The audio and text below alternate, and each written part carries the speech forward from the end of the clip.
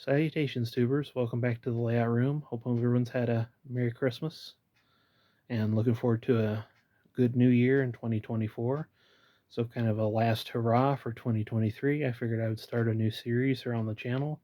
I've received a few questions and queries from my friends and my contacts out in the greater railroading world, not quite as knowledgeable about some subjects, and I figured I'd share what little I know. This particular series is going to be about wheel arrangements. I know there's other series and explanatory videos out on YouTube about wheel arrangements, but I thought I'd do my own little take on them using my model collection to illustrate all the different kinds as much as I can and give a little bit of information about what they're used for, what you would likely to see them doing, and stuff like that there. So for this particular video, I thought I'd go over the basics about wheel arrangement, and then we do all the wheel arrangements, starting with the smallest, going up to the biggest in separate series of videos. So for this particular one, we're going to start with engines that just have four wheels, and we'll go up to ones that have six, eight, and so on. There are certain limitations. I don't have a couple of the wheel arrangements, so we may just discuss those instead of showing them. And with the tightness of the curves on this layout, we can't have the really, really, really big stuff. So it's not going to be a comprehensive list. So I figured I'd do as much as I could with what I had. So I guess without further ado, why do we have wheel arrangements? Well, in the beginning, locomotive were kind of confusing because everybody had different numbers, different kinds of classifications, and engines would often have names. So to get everybody's ducks in a row, they came up with the idea of classifying all the different kinds of steam locomotives based on their wheel arrangement, which is basically um, how many lead wheels you have on the pilot truck, how many driving wheels, and how many trailing wheels. Everybody kind of did a little differently. For in Europe, they have what's called continental notation, where you count the number of axles.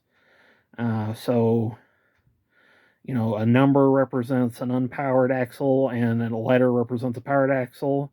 And the Australians have a different way of doing it with different names. But here in the United States and in the greater Western world, we use what's called white notation, which basically, again, it counts the number of wheels in sets of your lead truck, your powered wheels, and your unpowered wheels in the back. And it also has a series of suffixes which can be used to further identify a locomotive. So this particular engine right here is what's called an O40T.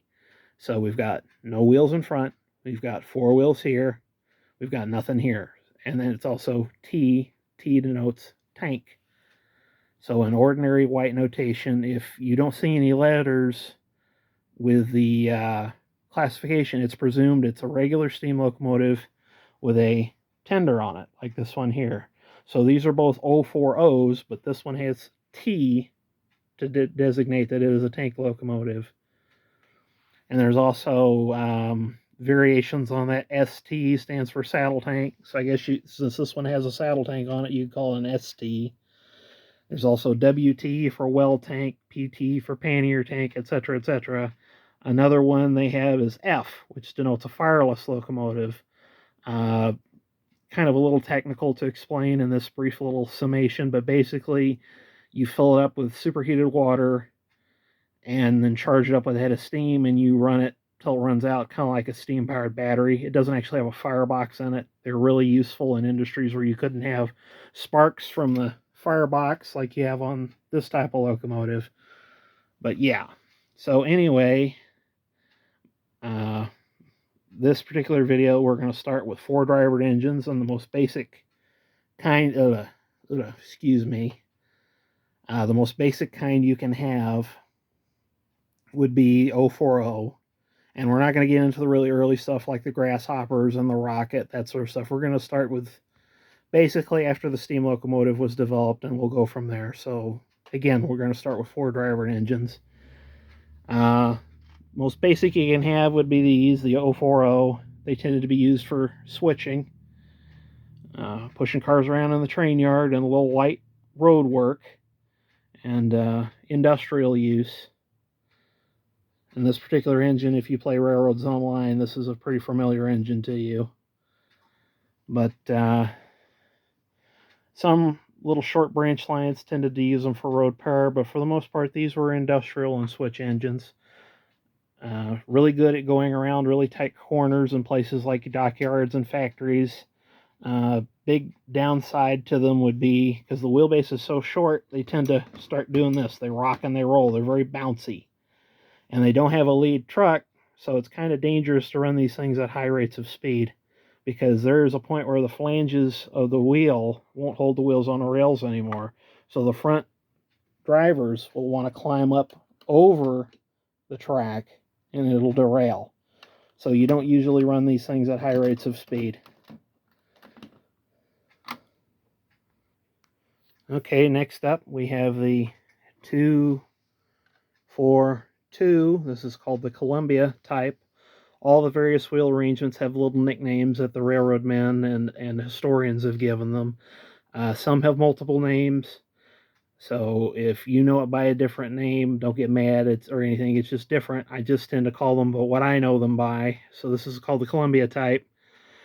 Actually, so far as I know, not a very common wheel arrangement in real life. They tend to be more common as model trains, but they certainly existed. This would be kind of a mixed traffic sort of thing, but pulling light loads, because this engine's so small, you wouldn't see it pulling big, long trains. But the nice thing about this one is, since it's got the lead and the trailing truck, you can operate it at a higher rate of speed without as much risk of climbing over the rails as you would with an 040. And I think a pretty handsome little wheel arrangement. Okay, next up we have a real classic of a design. This is the 440 American, also called the American Standard. These were kind of the maids of all work and kind of the rip-roaring days of railroading in the 1860s and the 1870s. Kind of a development of some of the first engines that were shipped over to the United States from England. A lot of them were too heavy and couldn't make it around the tight and rickety track, at least compared to what the British were using at the time.